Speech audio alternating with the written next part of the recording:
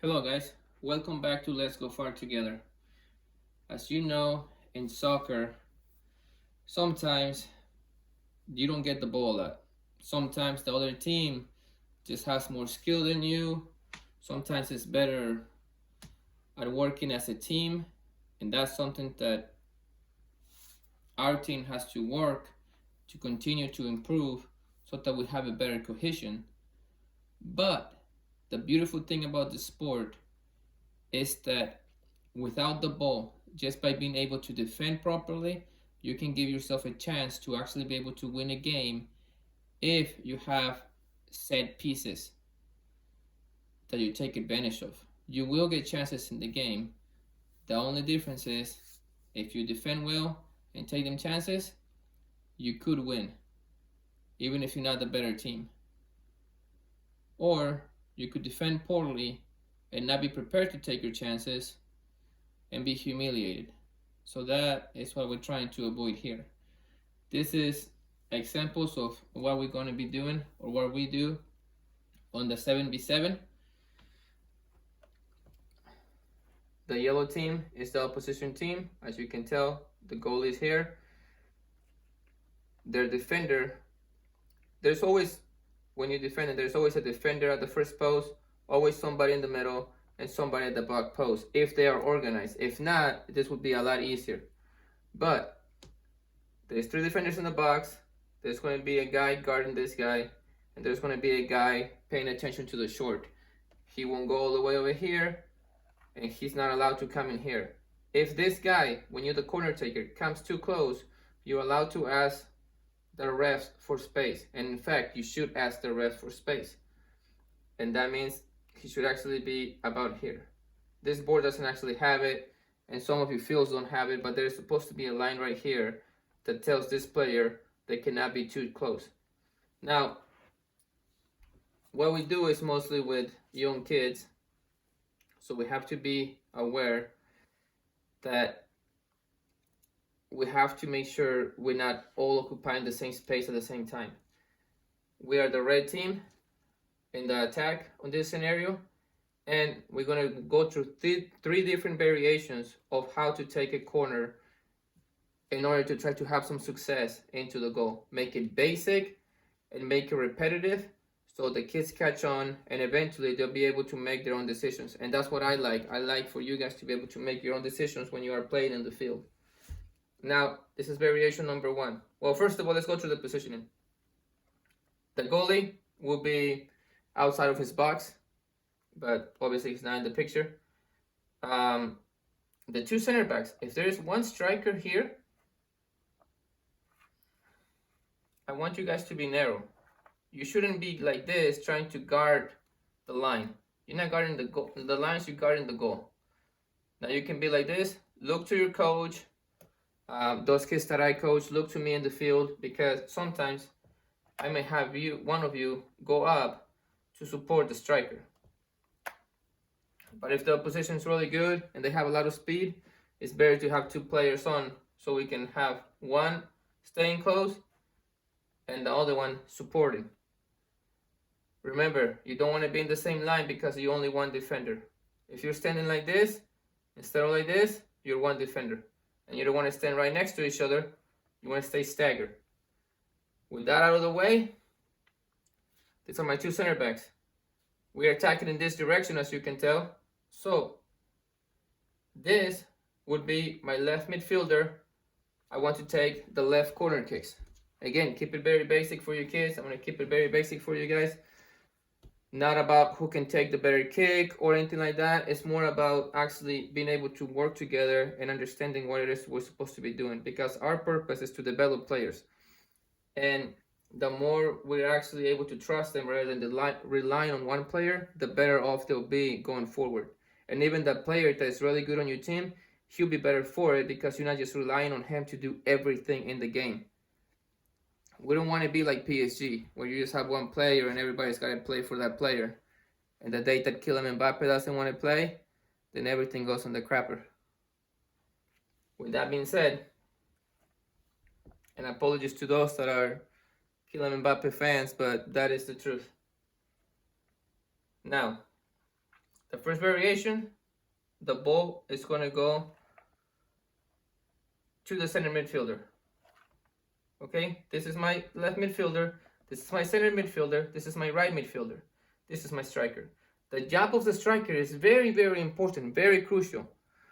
You won't get the ball a whole lot, not at this level, not with these variations, but you will. But you have to be ready for a rebound. You have to be ready for the goalie to spill the ball, to drop it, and you can just poke it in. But you also have to have movement, and your number one priority is to make these guys believe that you are going to get the ball, so they don't defend like this. Because if you're just sitting here uninterested, like it doesn't matter because you're not going to get the ball anyways, this is what will happen. So I want you moving around in here, around this guy, in front of the goalie, always in front of the goalie. Just move around all the time, not crazy, not dancing around. Just move around him between the goalie and the center midfielder here, or the center back, whatever they're using here. And that is to be able to keep these guys locked in the box, because we will play the ball here in the first variation, take steps. I want the center midfielders to take steps towards the goal, and then when he feels like he's in range, take the shot on goal. For that to happen, when the ball gets played to the center midfielder, the striker has to come out of the angle to be able to pull the defender, because more than likely that's what will happen. When the striker moves, this defender is going to go with him, and if we're lucky, this guy will too. And then by the time this guy tries to catch on, we will have a shot. At the same time, again, when the ball comes to the center midfielder, this guy moves out of the way to try to pull a mark. Okay, even if this is the only guy that he pulls, this guy is to be trying to run into the space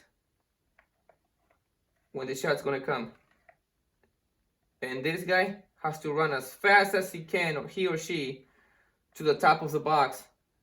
So if anything is spilled, anything comes back, we finish it. The most important thing is that we don't lose the ball here, and then we find ourselves in this scenario, 4-on-2. Because counterattacks are real and they're nightmare. You do not want to find yourself in that. So again, the first variation, the ball comes to the center midfielder. The center midfielder drives it in to take the shot. But at the moment that the ball gets played, the striker always makes the movement towards where the direction of where the corner is being taken. This player moves in, and this player was here and moves in as well. So we have two people in the box now, as you can see, in two different angles. And we have that shot open. That's number one. Number two, again, always the job of this striker, making sure these guys are interested in what you're doing, making believe that you're going to get the ball. Number two, play the ball out to the center midfielder. Go in as you're going to shoot. You will get marks from this. This guy will move this way, pulling this guy out. And this guy's moving in. Just set the ball in for the right midfielder to shoot. Okay? So again,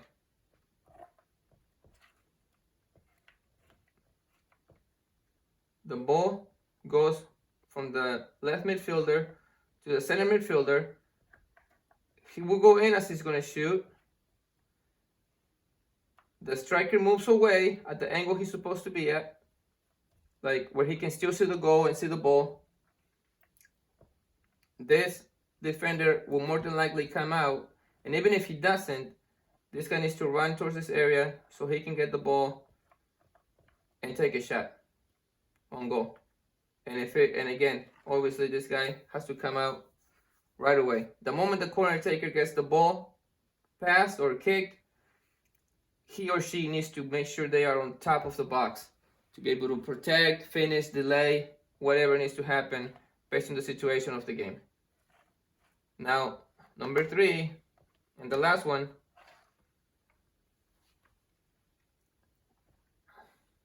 we go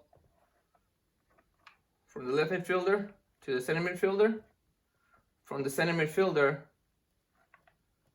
again, same movements right away, simultaneously. This guy comes out, this guy's going to go to him, make this pass to this guy. He can fake like he's going to shoot, and by now, we should have people open. We should have this player on top, and then the striker can be open to take that shot. If we change it every time we have the ball, every time we have a corner, we try to do something different with it, we will open them up. Because if we do always the same thing, it's going to be very easy to defend us. Now, with that being said, if this guy is being marked like this, and that's not an option, one, you can just move to where you can just play the ball in. But more than anything, what I want and what you want on your players is to give them a sense of encouragement and responsibility to where I trust my guys to be able to make the decisions in the field. And that's what you want. I'm just giving you guys ideas on what you can be doing. And there is 3 very basic runs into the box, very basic plays and scenarios of how you can create danger from a corner. But just by this, having 3 different options, and you always have the 4th one that is the very obvious one. If these guys are being marked really good and we have another striker in here, then all of a sudden we can just cross it in here. This guy can move in. This guy or girl can make sure they come back too. And we are in a position where by making them guess what we're going to do next, instead of just always putting it into the box, we are on a 2v2 inside the box. And if they want to mark this, then we have this guy open. So, guys, I want you to make sure you do these plays over and over during the game. From the left midfielder to the center midfielder. And then from here, if this guy comes open and he's open, and this guy comes to you, then he's open, so just pass the ball and so he can take a shot. And remember, always, the moment you pass the ball, you all move in. It's about finding the openings. If this guy's super marked and they come in all to you, then just pass the ball to the right midfielder. It's very simple. It's just about making decisions.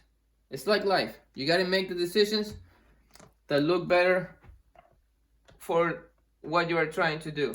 From the opposite side, it would be the same. If this will be my right midfielder taking the corners from the right side. My center midfielder, my left midfielder, my striker, and we will just simply do the same things on the opposite side. We can pass to the center midfielder, he can drive in.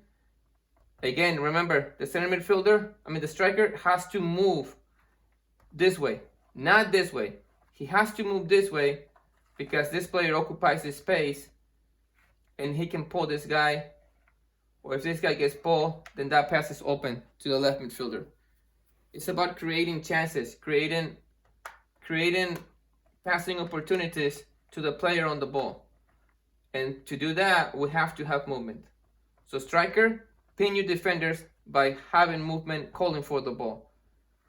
Make the pass into the center midfielder. Open up, always with your body open.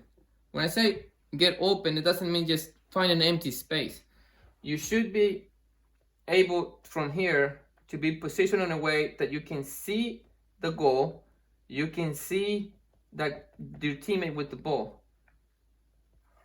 Because even if you don't have a shot, when the players come, you can just pass to your running teammate. And even if this player doesn't make the run, this player should be making that run into that inside. So we want to make sure that we are staying out of the box in order to create space in the box to be able to make those shots, instead of being all crunched up like this, and especially at your, you know, U10s, U12s even, you're not allowed to header. So if you're not allowed to header, why put a ball on the air if these guys are not allowed to header? Unless you have a Ronaldo on your team or Garnacho nowadays that can just take a, what you guys call it, a bicycle kick, what I grew up calling is a chilena. It's going to be very hard to score from a corner when you're not allowed to header.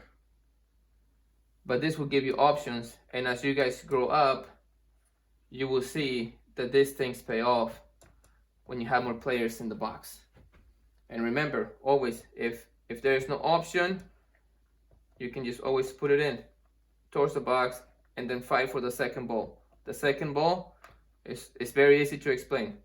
This is the first ball being played to the box. The second ball would be the rebound, trying to win it off this defender to shoot.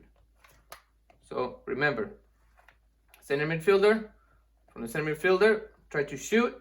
That's option one, because this guy will have to, this striker has to move. Whoever's playing striker, if he's not doing the right movement, you have to bring him out, not to punish him, but explain to him what he's doing wrong, and make sure on the bench you're talking to the player that you're going to be bringing in into the field to understand what they're supposed to be doing.